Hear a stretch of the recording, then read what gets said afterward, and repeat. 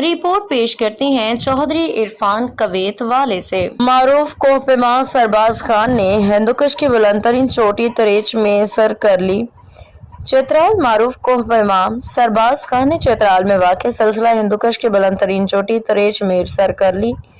मुल्की मकामी कोहपेमाओं पे मुश्तमिल टीम तरेच मीर भेजने का फैसला Khyber Pakhtunkhwa culture and tourism authority ने किया था। इस मुहिम को तरेचमेर एक्सपेडिशन 2025 का नाम दिया गया। 7,708 मीटर बुलंद तरेचमीर की चोटी को पहली बार 1950 में नॉर्वे की टीम ने कामयाबी के साथ सर किया था। रवां साल इस तारीखी कामयाबी के 75 साल मुकम्मल हो गए।